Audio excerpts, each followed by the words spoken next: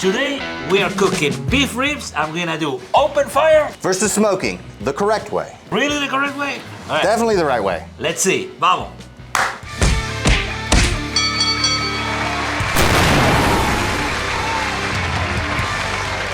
In my channel, I did this challenge before, but you guys in the comment kill me because you said I'm the open fire guy. Of course, I'm gonna pick open fire. So this guy, when you saw the video, what happened? I thought I needed to come down here and do it right, so we have a fair way to do it. We got the open fire king, and we got me who specializes in smoking. So if we're gonna do a test like this, I think this is the fairest way we can do it. Actually, he called me and he wasn't that nice. We're gonna have a real showdown. We're gonna have some unbiased judges, so we're not gonna be picking the winner. That's right. One of my neighbors is coming with his friends and they are gonna decide who's the winner and wait to see who my neighbor is. You're gonna freak out, okay? Ready to prep? Let's do it. Vamos!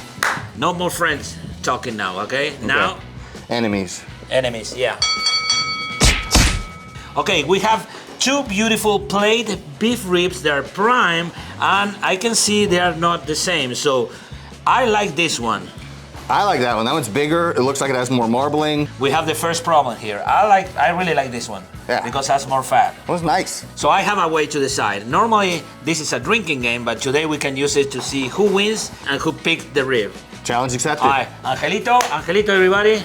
You know Jeremy? Yes, sir. How you doing? Yeah, man. I'm good.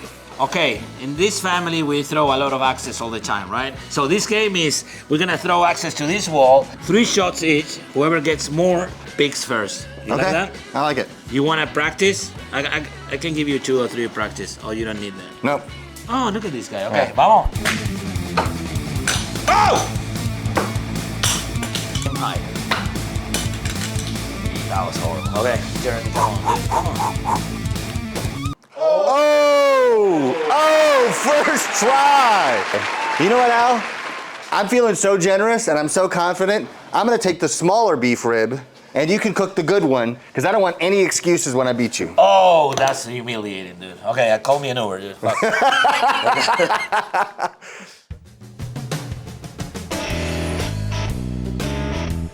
To trim this rack of beef ribs, I'm gonna be able to use this hatchet, which is fortunate because to trim this beef rib, we're gonna do absolutely nothing.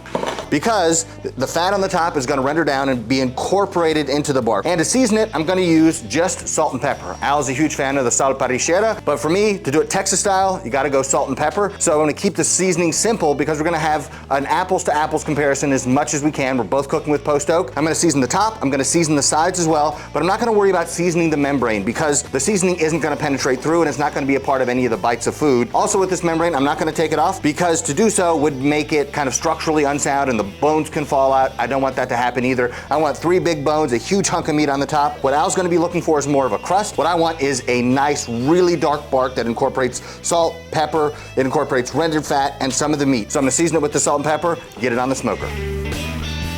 So right now we're cooking at 250 degrees. Over the course of the first hour, I'm gonna bump that up to 275. After the first hour is complete, I'm gonna be inching toward 285 for the rest of the cook. And the reason I'm cooking fairly hot is because, number one, Al's gonna cook his ribs a lot faster, and we're gonna try to time these to be done at the exact same time so that they're at the same level of freshness coming off the pit.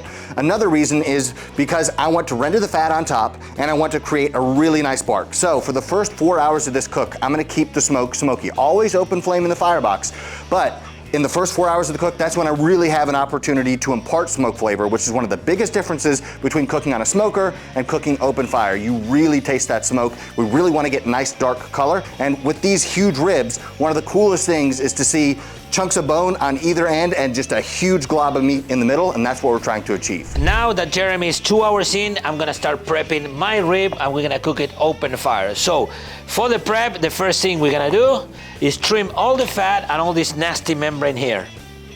No! Never trim the fat, okay? I know Jeremy just copied me because he's been watching me for a while, so he's learning everything from me. But when we do open fire, the reason why you don't trim fat or membrane is because the fat is gonna add flavor, but also it's gonna protect the meat. Remember, open fire cooking is more aggressive on the meat, so you're gonna need all the protection that you need. So for the prep, no trimming, no peeling the membrane because the same concept, right? And We're just gonna add salt. We're gonna go heavy. This is my salt. This is a sal parrillera.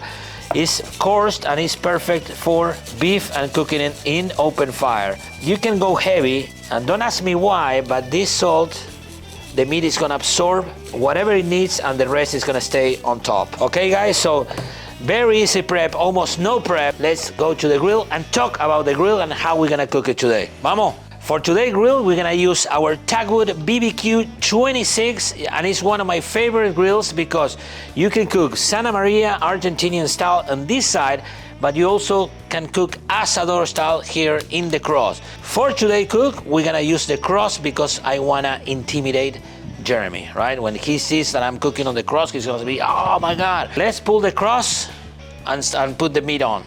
All right, cross to the table. You can put it either way here, right? But because always the lower part is gonna be the hottest, I wanna put the thicker part on the lower part, right? One of the things you have to make sure that it's secure, right? It doesn't move. And remember when it starts cooking, it's gonna shrink. So you want it to be tight, not too tight because I don't wanna destroy the shape of this. And this is a very, very important tip, guys. Always bone side first, always. Not only always, 80% of the cook is gonna be in that side. Let's put it and I'm gonna explain why. Vamos. Vamos. Now, how we gonna control the temperature with the flame? With the alpha thermometer, okay? With your hand. You push your hand here, count in your head, 6 seconds, that's good. Now we have a situation, right? Can you see the wind? If you see during smoker, you see these flames, they're like tipping like that. That means that the breeze is coming this way and it's pushing the heat here. The wind like picks up a little bit, maybe I have to pull this up. So, again, how I control this, moving this up and down or making a bigger fire or a smaller fire, right? That's the two ways. Never the flame direct to your meat. You were cooking with the radiant heat of the flame. Now we're gonna wait. We're gonna control that fire. We're gonna keep adding wood here. Our only job right now until the end of the cook is to maintain these conditions. And we're gonna be more active than that guy here there. Look at that. See? See? Open fire versus smoking. Now we're gonna wait, we're gonna enjoy, we're gonna have a good cigar, we're gonna have a good time. This is what barbecue is all about. I don't care if you're smoking, you're doing open fire, this is what it's all about. Enjoying friends, company, good food. Vamos, waiting time, baby, vamos. Okay guys, check in 2 hours into the cook, and this is what I like to see. I like the color, the bone, it pulled a little bit here, still has a long way to go. I like the sizzling here, that means that it's cooking, the bone is so hot that the bone is cooking the meat. I see some drippings here, so everything indicates that this cook is doing great. I'm not gonna do anything. I'm gonna keep it like that for another hour and let's see. A lot of people ask what I use when I cook here. For this type of cook, I like to use firewood. Remember, I need the flame, not the embers, right? Sometimes the embers that drop here, I can put it down here to help a little bit, right? To make it more even, but that's it. We're gonna keep cooking, adding wood. Vamos. Jeremy is scared. So we're about 5 hours in. This is about 184 degrees internal temp, but Al's ribs are almost done, so it's time to wrap these up. Normally I do butcher paper with some Wagyu tallow inside, but to try to get this done more quickly so we have kind of an even apples to apples comparison, I'm gonna wrap in foil, but I will put some tallow on the bottom just to keep everything nice and juicy. Back in at 285 until it's done, usually about 200 degrees. Because this is a little quicker, I'm gonna go to a higher temperature, probably 204 or 205. Okay guys, 3 hours check-in. The ribs are ready to flip, and why I know that? Because of 3 different things. One is time, because our experience, we know that 3 hours is enough. I can see the bone pull here. I like the color, and the most important thing, I touch back here and I feel warm. That means that the bone, it was so hot that cooked all the meat all the way. 80% of the cook is done. We're gonna flip it and we're gonna cook it for another hour, okay? Look how important is this grill that you can do this, right? So again, we don't work with the flame in our face, right? Flip it, boom, done. Now again, last hour, We're gonna keep that fire going. We're gonna keep this radiant heat, and probably in 1 hour, maybe less, it's ready. And Jeremy is still nervous. Vamos.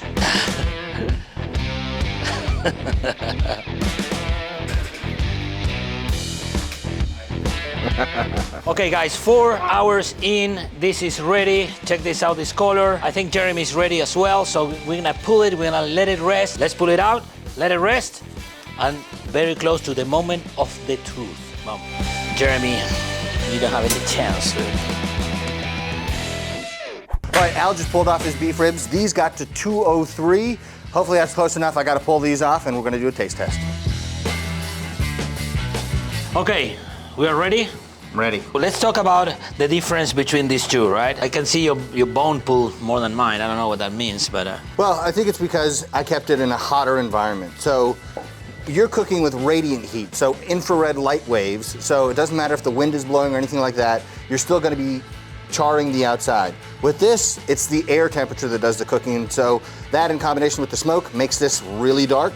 And because there's airflow moving across it, you get evaporative cooling. So I'm evaporating away a lot of water. So mine shrank a lot more than yours did. So we have different texture. We got crispy here, and we don't really have crispy. We kind of have soft, but it looks dark like a meteorite. We're gonna have a smoke ring on the inside of this if I did my job well, and the texture is also gonna be different. So yours is gonna be a firmer texture. It's gonna be the traditional Argentine style. Mine's gonna be more traditional Texas barbecue where it's gonna be a lot softer. Very different, the same cut, but we've come to the moment of the truth, so we gotta cut these open. You're gonna slice yours, I'm gonna slice mine? All right, I'm not gonna be a hero. I'm gonna go through the bone side here, cut through the membrane.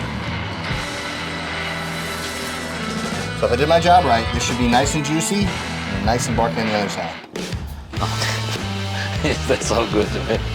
Rendered the fat really well. If you take a look at this, it's still super juicy. You see the juice running out, but it's tender. So if I wanted to tear this off by my hand, it'd be easy to do. So you want to achieve kind of that balance between it kind of wants to fall apart, but it doesn't fall apart on its own. I'm satisfied with how this turned out in the shortened time frame. Ultimately, it comes down to the taste. Okay, can you see here? Membrane is crispy. We're gonna do the same cut. You can concede now if you want to. No, I'm good. Oh, it's so tough. I can barely cut it. Hey, but listen, so here we're not gonna have a smoke ring because we don't smoke it, right? That's pretty awesome. Like Jeremy said, we're gonna have a bite here, right? When you cook open fire, how you say, Jeremy, you don't like... It should retain some structure. You don't want it to fall apart. You want to know that you're eating meat. Dry. Sorry, dry. Okay, to wrap this up and to pick the winner, we have a special guest. Actually, I called one of my neighbors to come by and judge. Okay, so Bill, how are you, man? What's up, my friend? Doing good? That's right. Good. Okay, this is Bill, my neighbor. You're gonna try, right? Both? Kidding me? Okay. I smelled this from the house about 15 miles away, so Okay. am I gonna try it? Yes, I am. All right. Open fire.